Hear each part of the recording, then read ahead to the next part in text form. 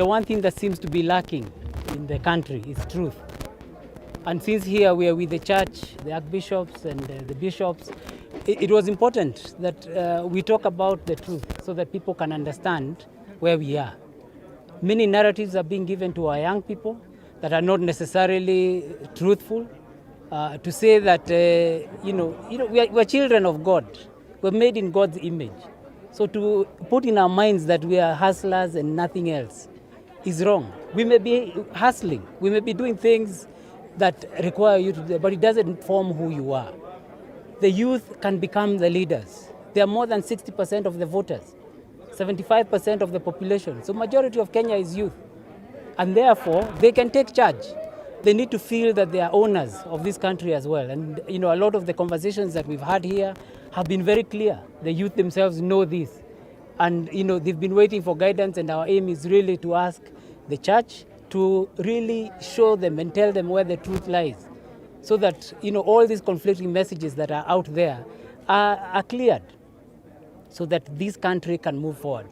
Wholesome youth, wholesome society is the theme of this conference, and I'm really thankful to the NCCK for organizing this forum where youth can come and have these deliberations, and they can do this in the context of God.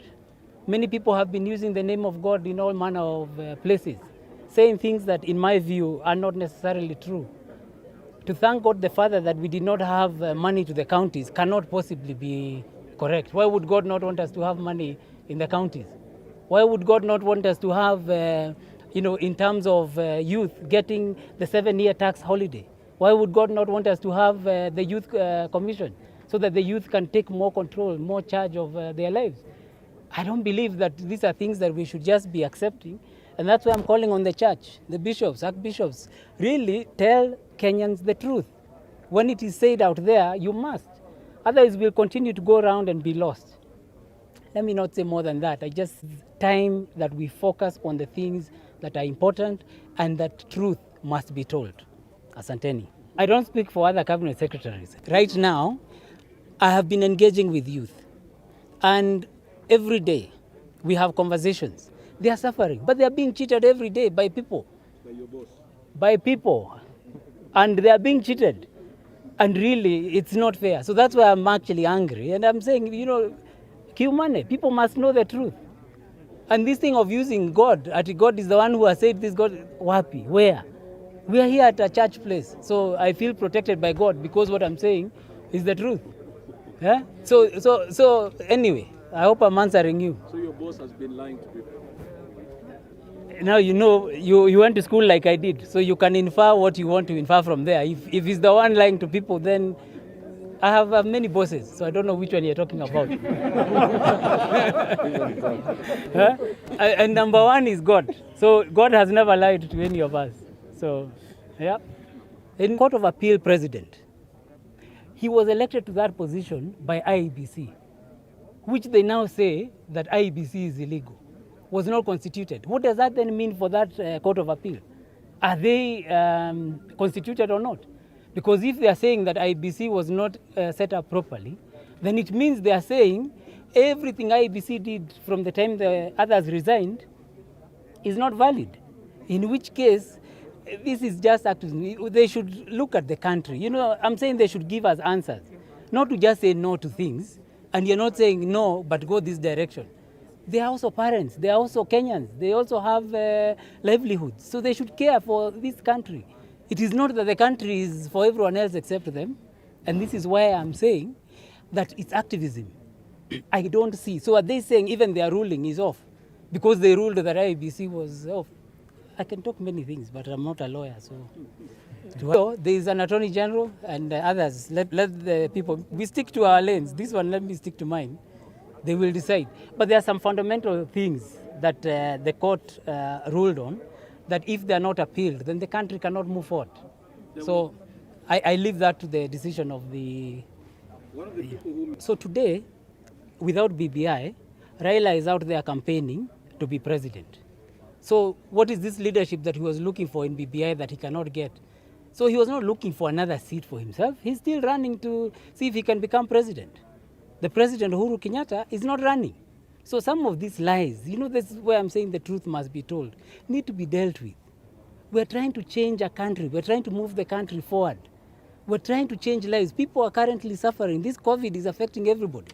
So we must deal with those issues now. Now these sideshows of saying what or what, I don't want to go head on with people. I'm not a politician, so I'm not even going to try. But, a time comes when truth must be said, when we must deal with the reality. And the reality is that the country is suffering and we must focus on the way forward. So for them to be saying BBI is just for positions, which positions? There are 27 constituencies that will be disappearing. So what are those people going to do? They're not going to get their CDF funds. There were funds that were going to the ward fund. That is not going to be there. How can surely that be development? So that's my position. I'm not a lawyer. Let's see if that will go to the Supreme Court. But at the end of the day, the youth of this country, and that is why I'm here, very passionate, are the ones who will decide. If they wake up today and decide so and so will be the president, so it will be. And they can choose one of their own. And then they can decide with whether they are going to change that constitution or how they are going to move things forward. So from that perspective, I am very confident. Kenya is safe. God takes care of us. And I've seen that in many ways. So the truth will eventually be known and the truth will set all of us free. And that is why I'm asking the church really to come forward and tell people the truth. When people are using God's name there, they're using it in vain. And wakuje kanisa waseme. Church and community and political leadership to prioritize the issues concerning the youth. This should go beyond talk and should be reflected in inclusion of youth in leadership and budgetary allocations. The national government, through the Ministry of ICT, Innovation and Youth Affairs, to accelerate the implementation of the Kenya Youth Policy 2019, we call upon the ministry, and we are happy the CS is here, to deepen the partnership with different stakeholders so that there is an enhanced coordination of interventions and programs targeted at the youth.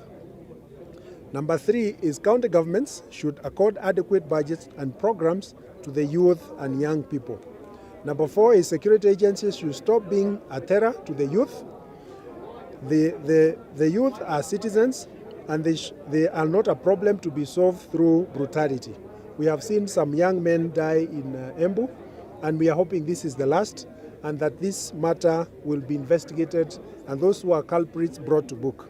Therefore, advise the youth to strongly resist those who intend to hire them to engage in violence before, during, and after the elections.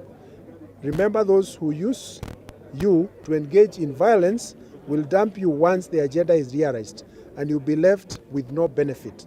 Violence does not pay, and only peace in the nation is going to assure the youth a bright future.